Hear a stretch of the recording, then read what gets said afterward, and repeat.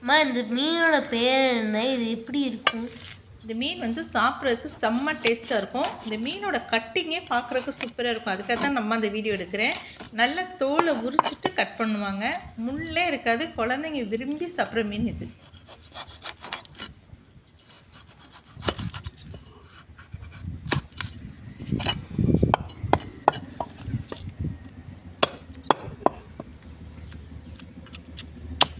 கடையில் மீனை வாங்கிட்டு போய் இதே மாதிரி அவங்களும் நல்லா ஆக்குவாங்க. எங்களுக்கெல்லாம் வேலை இல்லாமல் போயிடும்.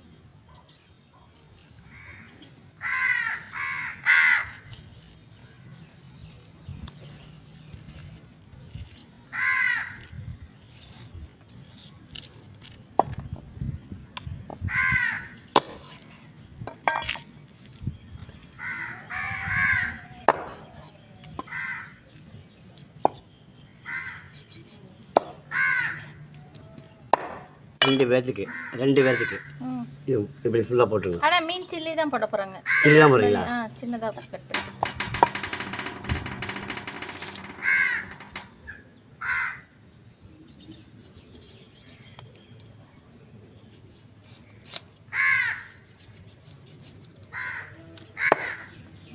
இந்த மீனோட பேர் என்னங்கண்ணா? கலவைங்குவாங்க. அதுக்கு பேர் கேரளாக்குள்ளே செம்பல்லிங்குவாங்க.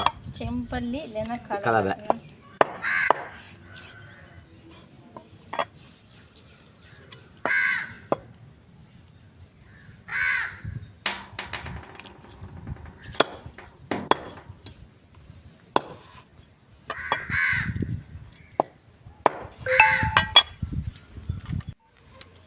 அம்மா இந்த மீனில் மட்டும் ஏமா தோல் உரிக்கிறோம், மித்த மீனில் உரிப்பாங்களா? இல்லை, எல்லா மீன்லாம் தோல் உரிக்க மாட்டாங்க. இந்த மீனில் தோல் உரிக்கும் போது நமக்கு அந்த மீனோட தோல் வந்து ரொம்ப ரஃப்பாக இருக்கும்னு சொன்னாங்க இந்த அண்ணா. அதனால தான் தோலை உரிச்சிடுறாங்க.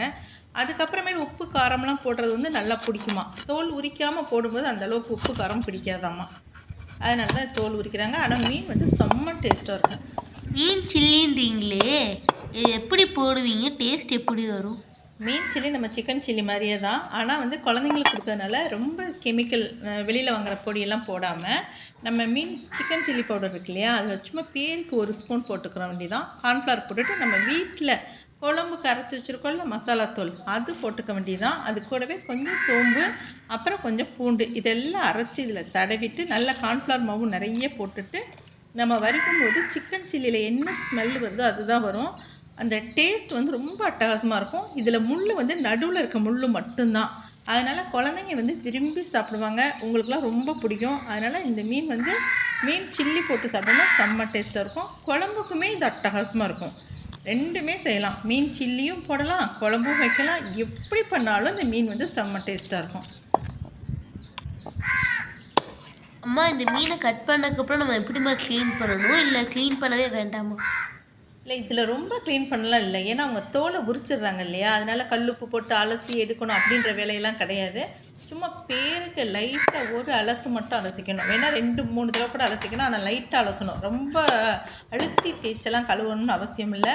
கறி நம்ம வாங்கி சமைக்கிறோம் இல்லையா, அது மாதிரியே தான் இது. இப்போ சிக்கன் வாங்கி நம்ம சிக்கன் எப்படி பண்ணுவோம் அந்த மாதிரி வெறும் மசாலா 2 அலசினாலே போதும். அதுக்கப்புறமேல் நம்ம மசாலாவை பரட்டி சும்மா 1 மணி நேரம் ஊற வச்சுட்டு அதுக்கப்புறமேல் நம்ம வறுக்கலாம்.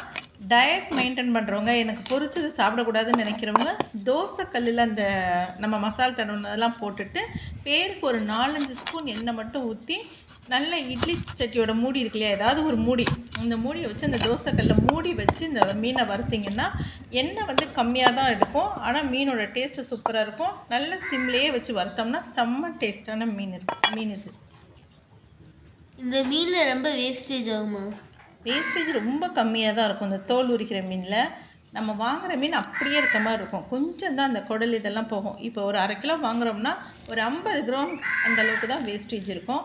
மித்தபடி அப்படியே இருக்கும். ஏன்னா இதில் வந்து உள்ளே வந்து முள் எதுவுமே இருக்காது இல்லையா, சைடு முள் இருக்காது, எதுவுமே இருக்காது. நடுவில் இருக்க ஒரே ஒரு முள் தான் இருக்கும். ஸோ டேஸ்ட்டும் நல்லாயிருக்கும், வேஸ்டேஜ் வந்து ரொம்ப போகாது, விலையுமே கம்மியாக தான் இருக்கும். ரொம்ப ஹையான விலையெல்லாம் இருக்காது, நம்ம வாங்கக்கூடிய விலையில தான் இருக்கும்.